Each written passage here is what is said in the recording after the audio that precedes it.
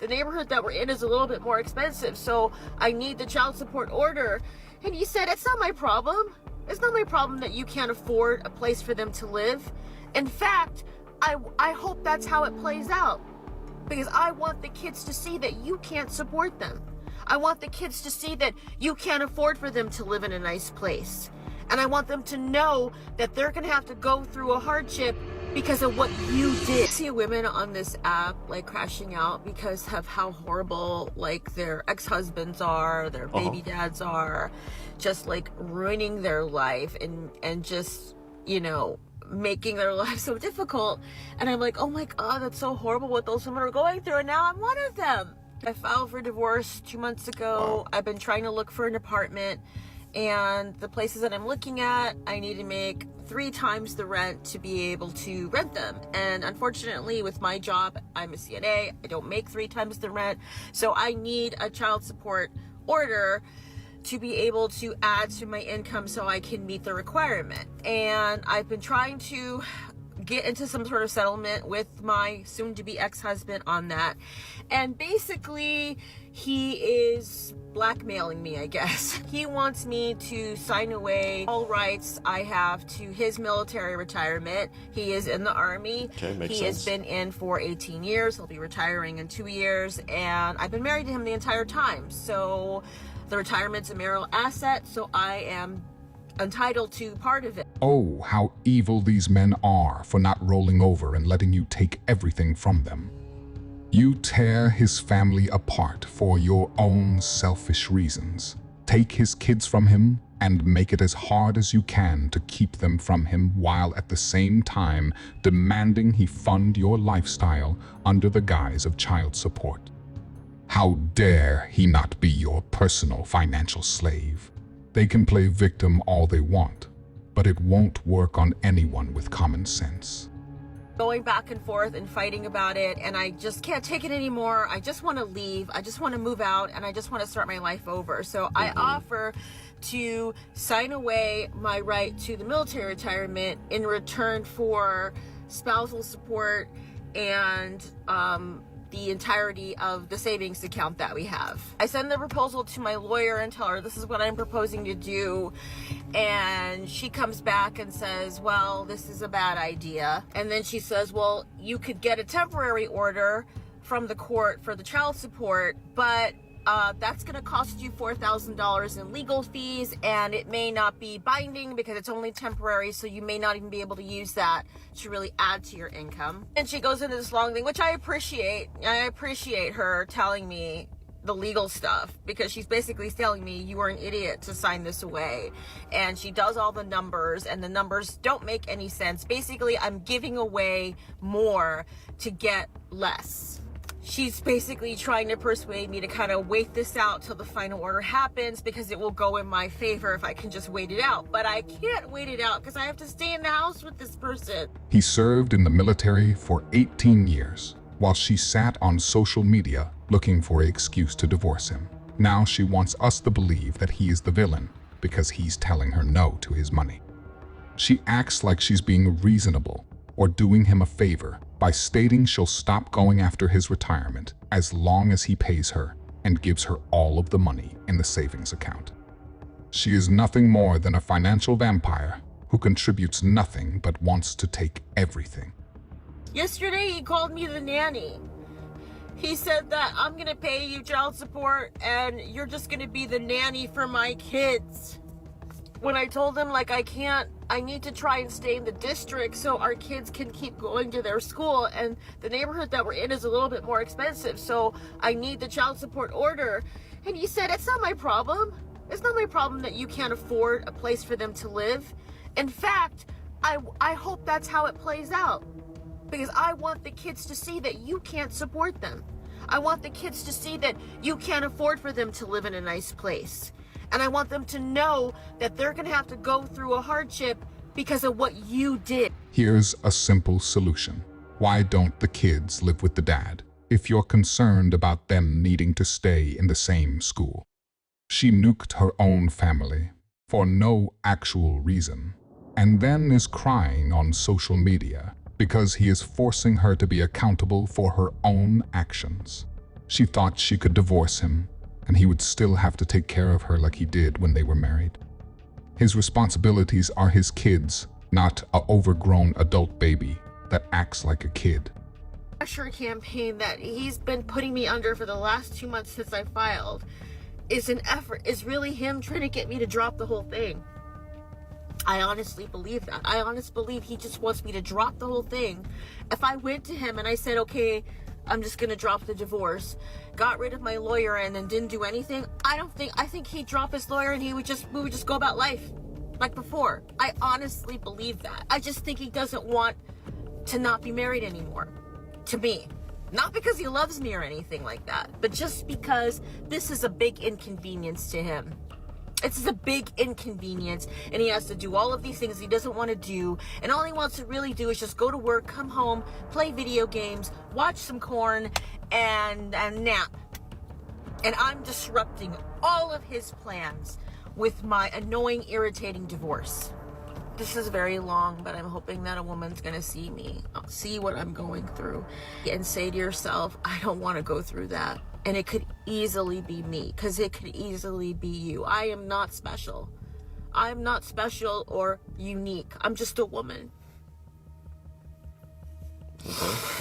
I'm just a woman with 2 kids. What could happen to you, too? Remember, she's the one who initiated the divorce. He didn't do this to her. She did it to herself. But accountability is an alien concept to them, hence the meltdown we just witnessed. Love is scary because my mom just came up to me and my dad crying over a letter she was sent from her college boy best friend saying she chose the wrong life and the wrong man. Bro. What?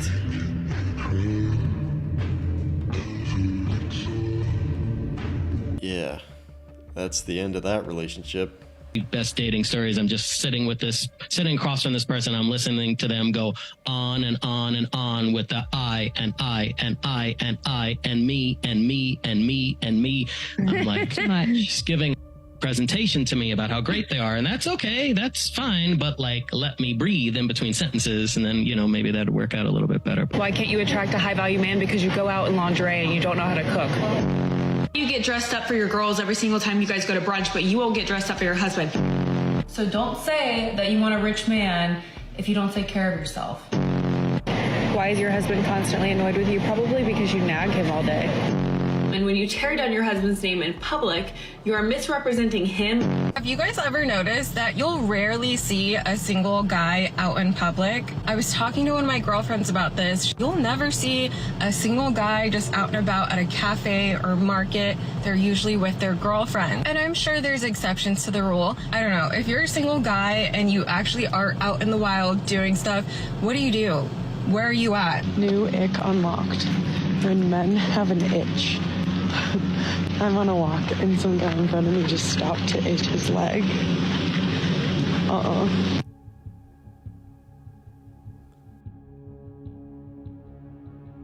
Everyone be sure to scratch your leg so we can show her just how much we value and cherish her opinion. Me when I was drinking every night, hooking up with any guy, lost in life. Me now putting God first, prioritizing my own health, focusing on me, not thinking about any boy going to the gym every day, walking 7 miles a day. Y'all get ready to settle down.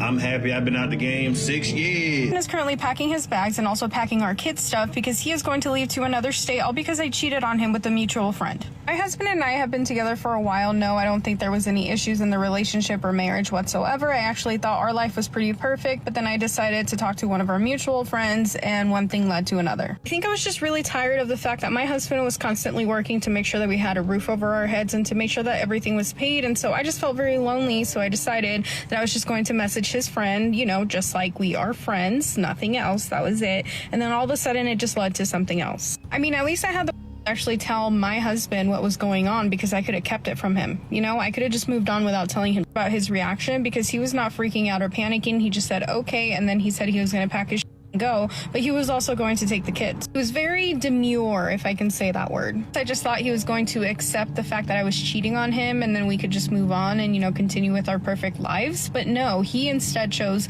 that he wants to actually leave with our kids, and now I'm panicking. In a sane world, this would be satire. But unfortunately, in the West, this is so common that I doubt it. Any guy in any circumstance that says, I make six figures, makes $100,000 on the nose, nothing more. Okay? Because a man who makes a lot of money isn't going around and say, I make six figures. Only the people making literally 100. Does she think that $100,000 a year isn't a lot of money? I'm sorry, are my six figures not six figuresy enough for you? She actually does answer this question by saying not that it's not good enough, it's just a great indicator of a potentially shitty person because people who do make more don't scream it to look cool. But her own caption reads, if a guy ever says to you in any circumstance that he makes six figures, run. So is he screaming it from the rooftops or is he bringing it up in any circumstance and you're conflating the two? There are many reasons a man might mention how comfortable his salary is to a woman that he's courting, most of those reasons coming from us women ourselves. We are in fact the ones shouting to the rooftops that we will not tolerate broke men, we will not tolerate men who don't make us feel secure. So when men go out of their way to let us know that they can provide security, why are we getting mad? It feels like just another way that the no not like that tag gets added to something that we as a society asked for. So being broke is a red flag, but making too much money is a red flag. Not being transparent about your finances is a red flag, but now also talking about your finances is a red flag. What? My final question before anyone takes any further financial advice from you is, does your landlord let you paint your walls or did you choose this grage? You aspire to be a stay-at-home mom? If it comes with an allowance, yeah. An allowance? Yeah, like if he gives Makes me money sense. weekly, yeah. Obviously, the man is working out there getting the bread, so life is good for you. Yeah. But it you has saying to you be. want even an extra incentive, like give me a little bit of extra. Of course. Yeah. I also want to have my own thing too. There Like I you want to go. have my Yes, own own credit, my own business. cards. I want to have my own thing. Where Why do you want your own? I'm gonna tell you why I want my own. Because nothing is forever. So you think that it's okay for need a to take woman notes. to be a stay-at-home mom as long as she could plot her exit? It's not plotting your exit. There's no intention in his mind to make a backup plan in case you don't do what you want to do and you decide to just bounce. Okay. So what happens is when we get to this conversation is like, why do men not want to be married? This is the example, because if I go and I bust my behind and I provide and protect and I do everything for my wife, not my girlfriend, my wife, she's still thinking in the back of her head that this is a possibility, this is not going to work, and she wants to be okay when it doesn't. The ideology that you have in the mindset is called catastrophizing. A lot of women do it, and basically what that is when a woman is preparing for the tragedy rather than focusing on what is currently happening in their relationship or time. If you enjoyed this video, I promise you will love this next video. I will see you there.